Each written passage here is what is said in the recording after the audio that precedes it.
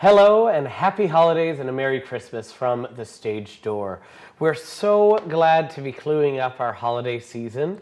As I said, this term has been presented by Camber Arts.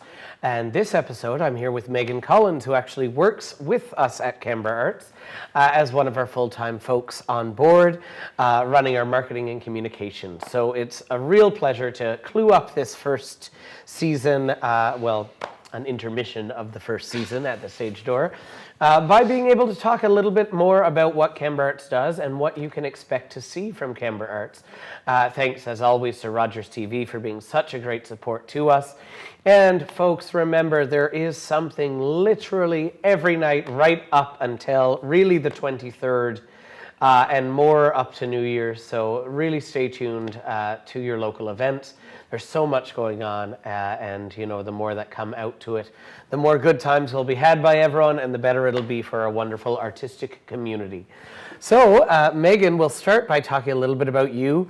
Of course, I know you very well. For those that don't know, Meaghan is not only a colleague, but also a life partner for me. So it's a real treat to have you on the stage door. I know. We don't often have opportunities to be like, let's talk about. Yeah, exactly. Yeah. So we'll start by asking a question that I'm not even sure I know the answer to, which is, where did your artistic journey begin? What started it all for you? I think trying to pinpoint kind of a starting point for it, I have two older siblings, the oldest of which is about 6 years older than me. So by the time he was in high school, I was of an age where I was like, ooh, what's my cool older sibling up to? And he competed with the high school's regional improv team. So it was always a big thing. The regionals would be in Moncton, I'm originally from Moncton, New Brunswick. And we'd go and we'd see him compete, and just seeing all of these people that were my brother's closest friends and always at the house, so they also kind of felt like siblings, being on stage and playing. And then my high school would often bring the middle schools that would feed into it to see presentations of whatever musical or show they were doing each semester. So I remember seeing these and just being really interested and intrigued by performing and theater, and my oldest sibling did it, so it was the coolest thing in the world. So I did some middle school shows that happened, and then once I hit high school, I made it my goal to be part of that theater community and started doing more shows and musicals. And then it was actually my late grandmother, my mother's mom, who mentioned, oh, there's this school in Newfoundland that has a theater program. And she often talked about Rising Tide, because her and Donna Butt are like second cousins or third cousins. So she knew this history of the fisheries closing down and then theater coming back up to be sort of a replacement for it.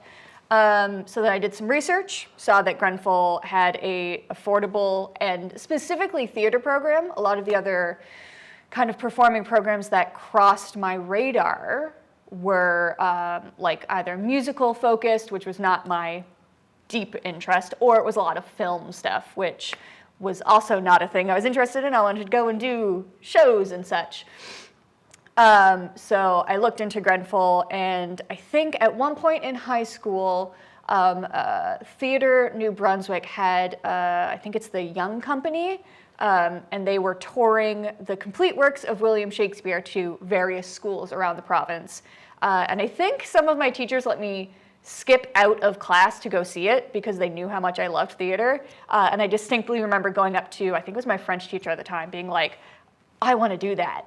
I want to be able to do that, go to schools and do shows. So I applied, got into Grenfell, and then moved to Corner Brook in 2012, and did that kind of university thing back and forth before coming and moving and settling permanently in Corner Brook in 2017, it would have been.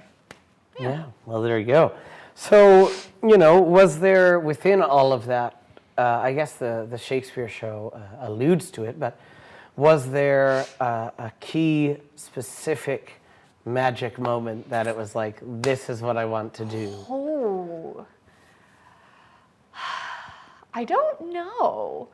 I think it was kind of in that point you get in high school where people are like, you know, once you hit that grade 10, grade 11 thing, and everyone's like, what do you want to do? What are you going to do? And I, you know, thought about being a teacher or an English teacher or a theater teacher, but my high school did have like extracurricular theater and then also like a theater arts class that you could do for a few years. And I knew the struggle of what it was like to be the really invested theater kid when there was also kids who were in the course because they wanted the easy grade, which is totally fair and valid, and everyone has their own kind of educational journeys. But I was like, I don't know if I can facilitate that. And you know, funny now considering where I'm working and what I'm doing. But at the time I was like, no, I don't want to be a teacher. And I had a few different relatives who were like, well, do you want theater to be your job or do you want it to be a hobby? Because I have a couple cousins who, again, were really into improv and theater, but didn't want to kind of monetize that for themselves. But every time I thought about it, I was like, no, I've got to do something with performing in one way or another. So, yeah. Yeah, well, there you go. And like you said, you came here to Grenfell, to the theater program, which we talk about a fair bit on this show. You know, it is right here in our community. We've had both productions showcase on the stage door this term that they presented with Autumn and Allison. So it was a great joy. And actually, Meaghan and I were in the program at the same time. Both started the same year, both finished the same year, kept on track. Shared a lot of stages together. We did.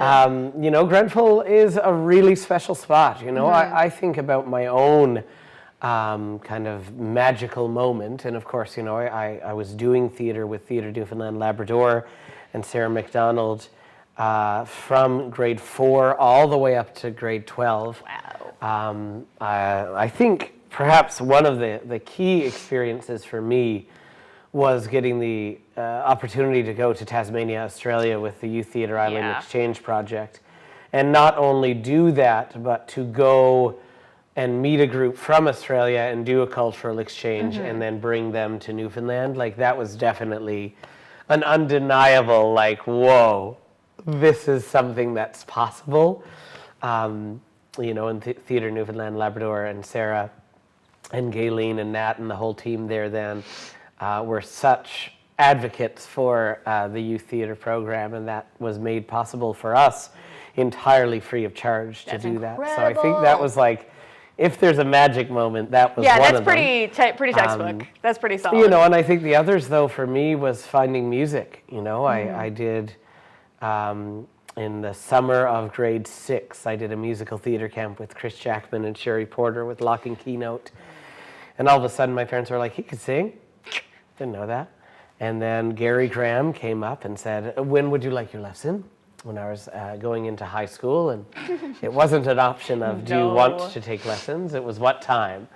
And you know, that really shaped a lot of my journey. I went through the theater program and then ended up being offered a job with Graham Academy in its founding year. Pretty immediately too, building if I'm that program. Yeah, it was the fall 2016, right after I graduated. So, you know, it's been a long ride through Graham Academy and Camber Arts. I am now the co-artistic director. That's being announced here on Rogers as a first announcement.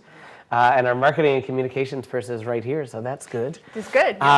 So it's been a great journey, and you know, to call Corner Brook home for me, I grew up in Meadows. Corner Brook was a natural, close place, and I've really fallen in love with what I can do with the place. But Meaghan, like you said, you're from New Brunswick. You went to the theater program. What led you to think that Corner Brook could be a place that you could stay? So through university, I would go back to New Brunswick summers and Christmas break because I lived on campus through all of my undergrad.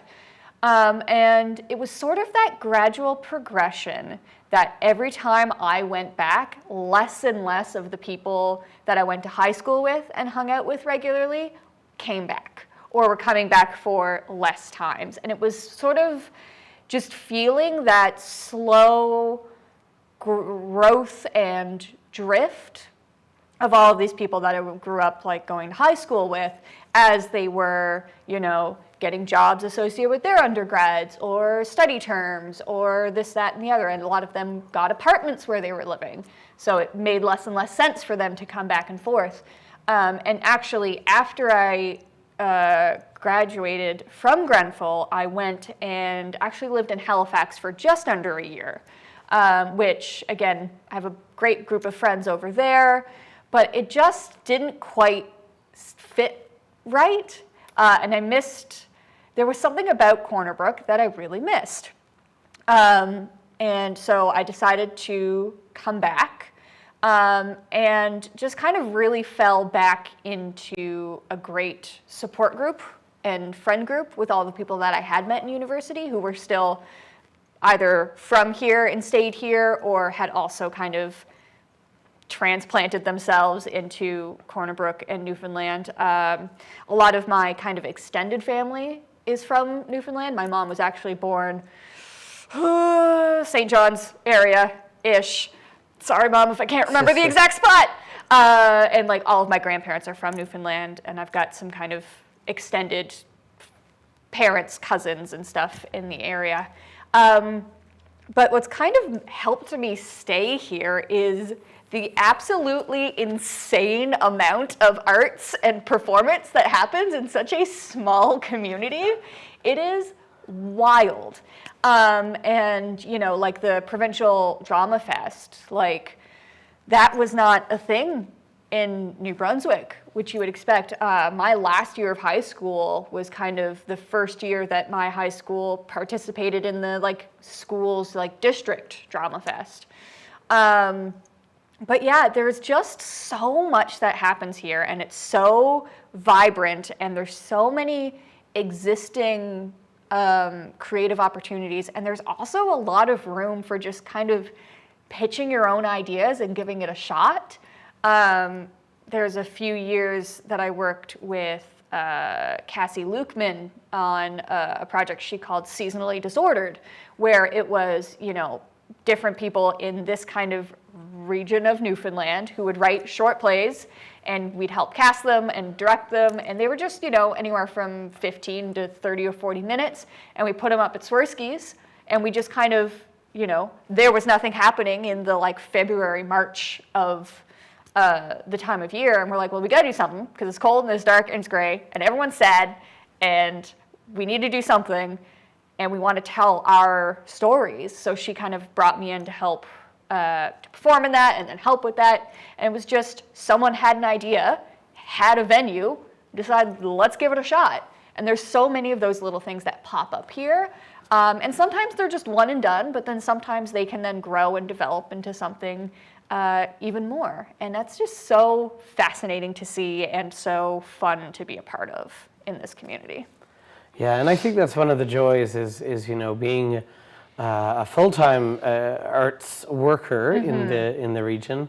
You're still allowed and enabled to have other opportunities, whether that's working with the regional drama festivals, whether that's working with CB Nui, whether that's building a project, whether it's being a part of community theater with groups like Off-Broadway Players. So you've certainly become a member of that vibrant arts community. Not only did you come back because that existed, but you've become a key player in that. So how does that feel to know, that now you are part of what makes that vibrancy, having come here to join the tapestry? It's wild.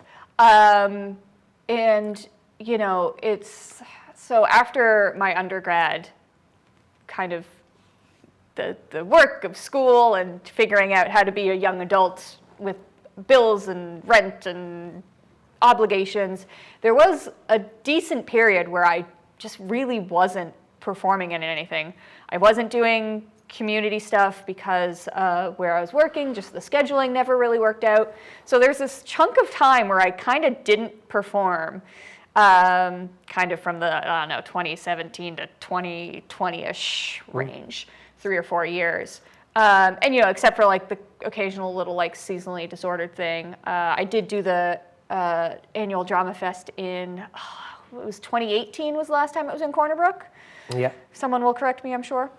I did do that, but didn't, take in the full range of the drama festival because I didn't know what it was, and I was still really new, and everyone else knew each other really well, and I still had work, and blah, blah, blah, blah.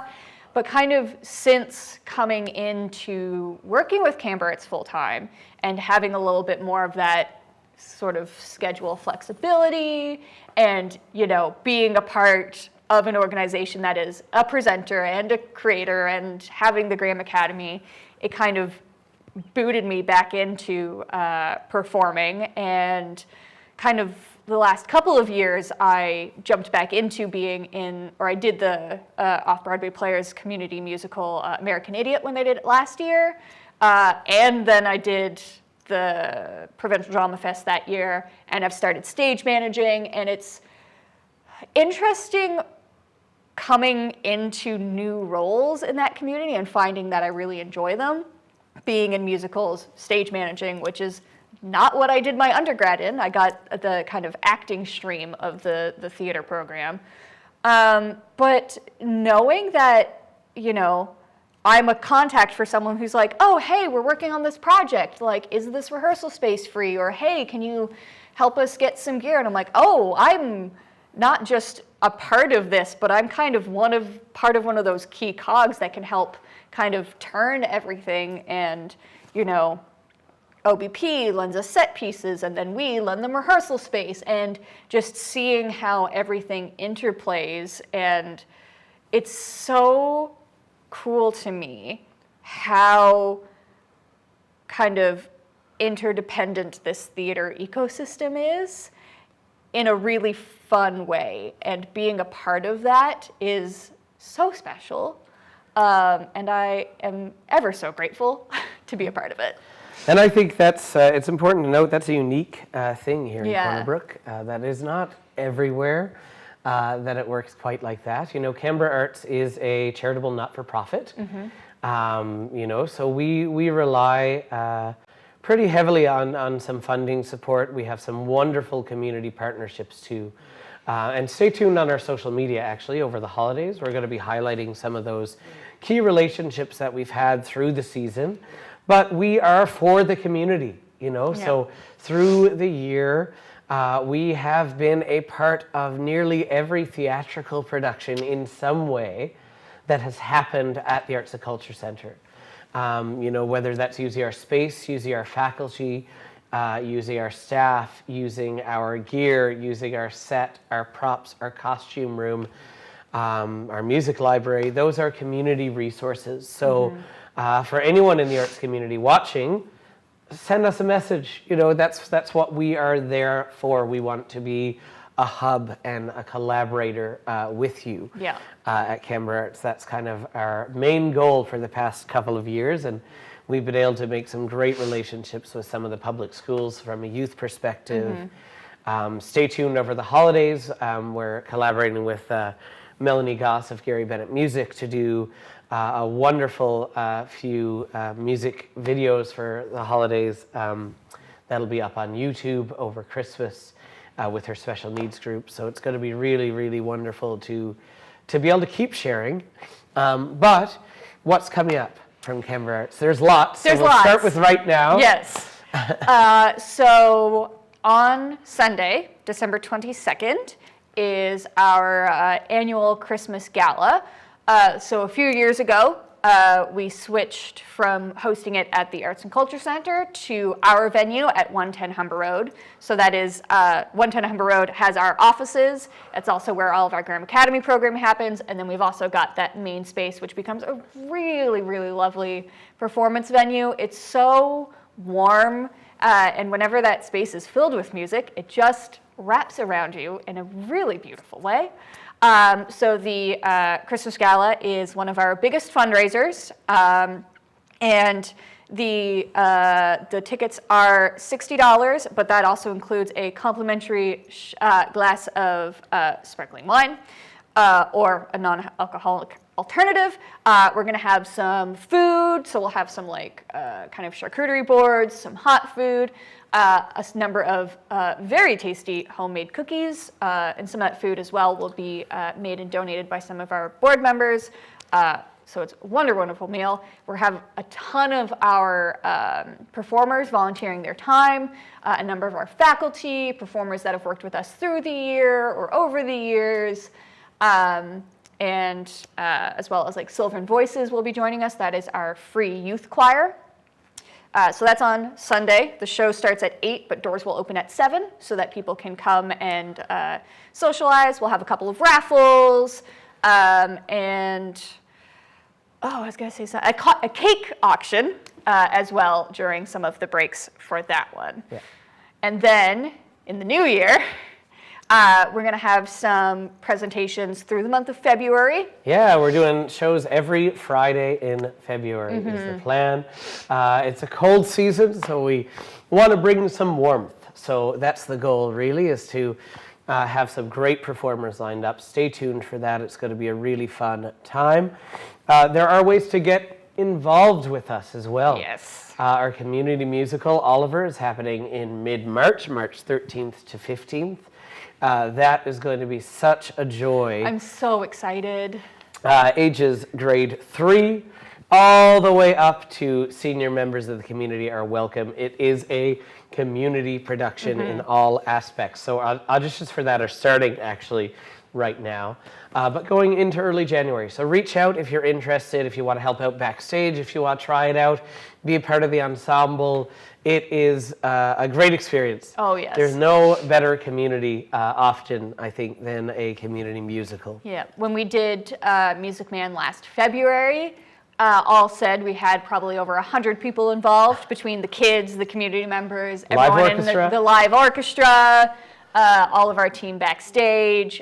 It was so fun and so magical seeing all those people working together. Lots of families. It's really nice to siblings, and we actually had a couple of parents from the community join in because their kids were in Graham Academy. So we were able to make these on-stage families that were made of families, which was really, really special. Yeah. No, I think it's a great gift to have done that. Our youth program, Graham Academy, has shows in the spring. Our summer season is already ramping up, so stay tuned in January to hear more about that and to hear about auditions.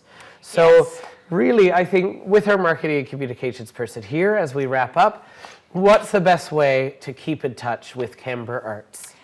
So we have a few different avenues that we like to use. Kind of our most active channels is social media, specifically Facebook and Instagram.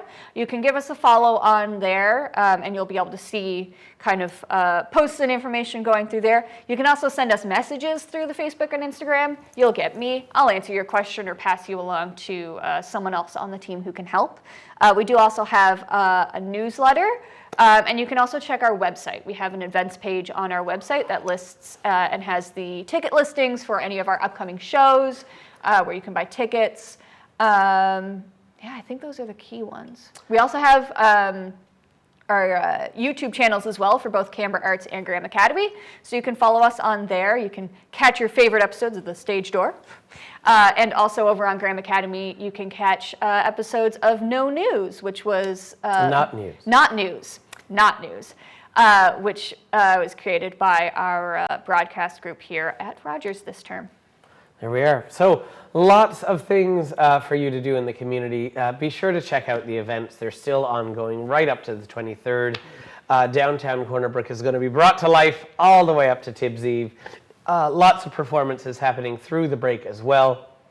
We're going to enjoy our downtime here at the Stage Door and Camber Arts. And we look forward to welcoming you back in the new year. Thanks for tuning in at the Stage Door.